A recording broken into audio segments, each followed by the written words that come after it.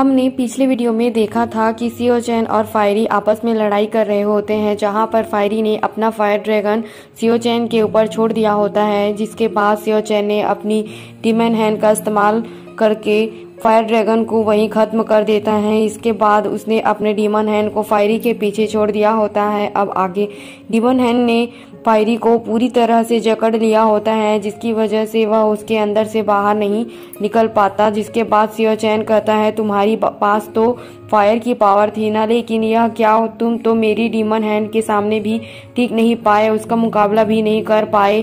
इसका मतलब है तुम्हारे फायर की पावर भी कोई काम की नहीं है। लूजर होने के बाद भी तुम यहाँ पर मुझसे फाइट करने के लिए आए थे।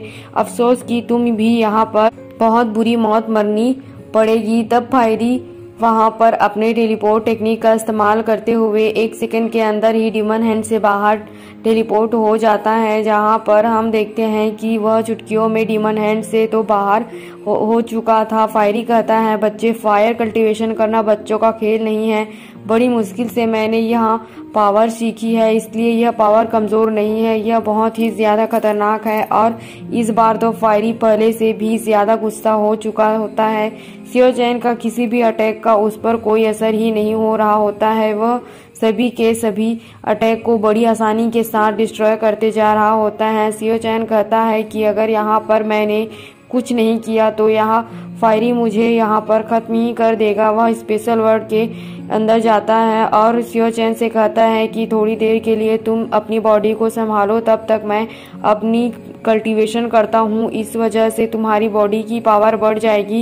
इस पर पावर का इस्तेमाल करते हुए हम इस फायरी को हरा देंगे, नहीं तो यह हम दोनों को यहाँ पर खत्म ही कर देगा। फिर सुप्रीम सियो चैन अपनी बॉडी का कंट्रोल अर्थ वाले सियो चैन के पास आ जाता है। जैसे ही उसके पास वो कंट्रोल आता है, सियो चैन एकदम से हैरान हो जाता है कि अरे मैं यह कहाँ पर आ गया, जहाँ चारों तरफ आग ही आग लगी हुई है। फायरी कहता है, पागल है क्या तू, किससे बात कर रहा है? सियो चैन कहता है, सीनियर रुक जाइए, मुझे कुछ कहना है। आपका नसीब बिल्कुल सांड जैसा है। इतना कहने के बाद सियो चैन वहां से भागने लगता है, जिसे देखकर फायरी को और भी ज्यादा गुस्सा आने लगता है। वह कहता है, तुमने मेरी नाक में दम करके रखा है, आज तो मैं तुम्हें जिंदा नहीं छोड़ने वाला। सियो भाग रहा होता है ताकि कैसे भी करके कुछ देर के लिए इस फायरी से अपना पीछा छुड़ाए, जब तक कि ह्यूमन वाला सियो चैन अपना कल्टीवेशन करते हुए उसकी बॉडी की पावर बढ़ा रहा है।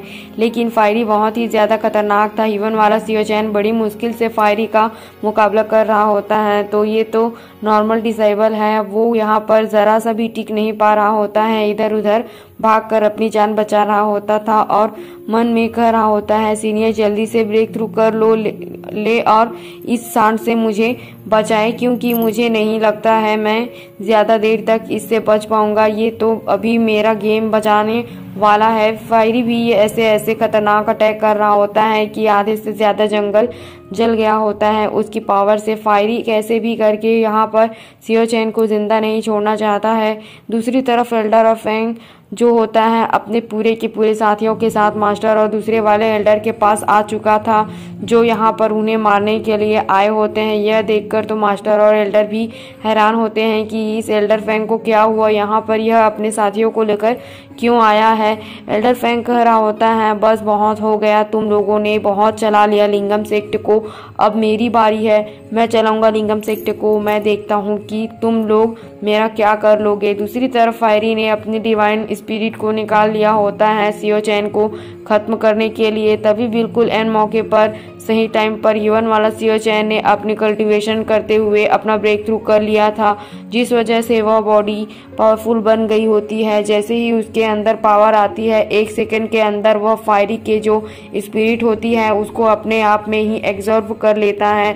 इतनी खतरनाक स्पिरिट 1 सेकंड के अंदर ही एब्जॉर्ब हो चुकी थी।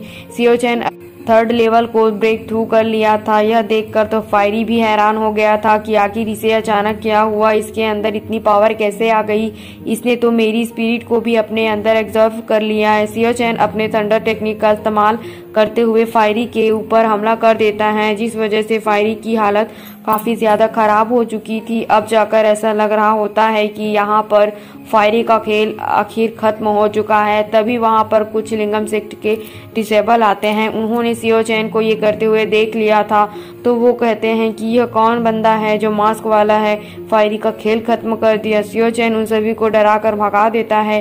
क्या मैं तुम्हारा भी खेल ख़त्म करूं? यहाँ जो हुआ किसी को भी कुछ नहीं बताना कि यहाँ पर क्या हुआ। और तभी फायरी फिर से होश में आ जाता है, क्योंकि वह यहाँ पर मरा नहीं था, सिर्फ बेहोश हुआ था। होश में आने के बाद वो वहाँ से भाग निकलता है ताकि बाद में आकर सियो चैन से बदला ले सके। जिसके बाद सियो चैन हिवन वाला सियो चैन वहाँ से जाने लगता है। अर्थ वाली सियो चैन सुप्रीम सियो चैन से कह रहा होता है कि तुमने कहा था कि तुम जेंगमिन को बचा लोगे, जिस पर सुप्रीम सियो चैन कहता है कि वह बच गई है, जाकर तुम देख सकते हो। तब अर्थ वाला सियो चैन जल्दी से जेंगमिन के पास जाता है और जेंगमिन अभी भी बेहोश होती है। वह उसे देखते हुए हिवन वाले सियो चैन से कह रहा होता है हमेशा जेंगमिन का ख्याल रखना, उसे कोई भी आँच नहीं आनी चाहिए। इसके बाद देखते ही देखते अर्थ वाला सियो चैन गायब होने लगता है, क्योंकि दो बंदे एक बॉडी को नहीं चला सकते, इसलिए उस बॉडी का पूरा कंट्रोल हिवन वाले सियो चैन के पास आ चुका है और अर्थ वाला सियो चैन का सोल हमेशा के लिए ख़त्म हो चुका है। उसकी जो यादें हैं वह सुप्रीम सियो चैन के अंदर चली जाएगी। वो दो बंदों की यादों को तो कंट्रोल कर सकता है, तो आज से हिवन वाले सियो चैन की ही बचा रहेगा अब से। लेकिन जैसे ही अर्थ वाला सियो चैन के जाने के बाद सियो चैन जेंगमिन के पास आता है, तो उसे पता चलता है कि यह जो जेंगमिन है वो जेंगमिन नहीं है बल्कि कोई मॉन्स्टर है, जेंगमिन का रूप लिया होता है। यह देखकर सियो चैन हैरान हो जाता है, इसने तो मुझे बेवकूफ़ बना दिया, असली वाली जेंगमिन कहाँ पर है। तभी उसे किसी की आवाज़ सुनाई देती है हंसते हुए, जो कह रही होती है कि जेंगमिन सिर्फ मेरी है, तुम उसे कभी नहीं हासिल कर पाओगे। और इसी के साथ यह एपिसोड यहीं ख़त्म होता है।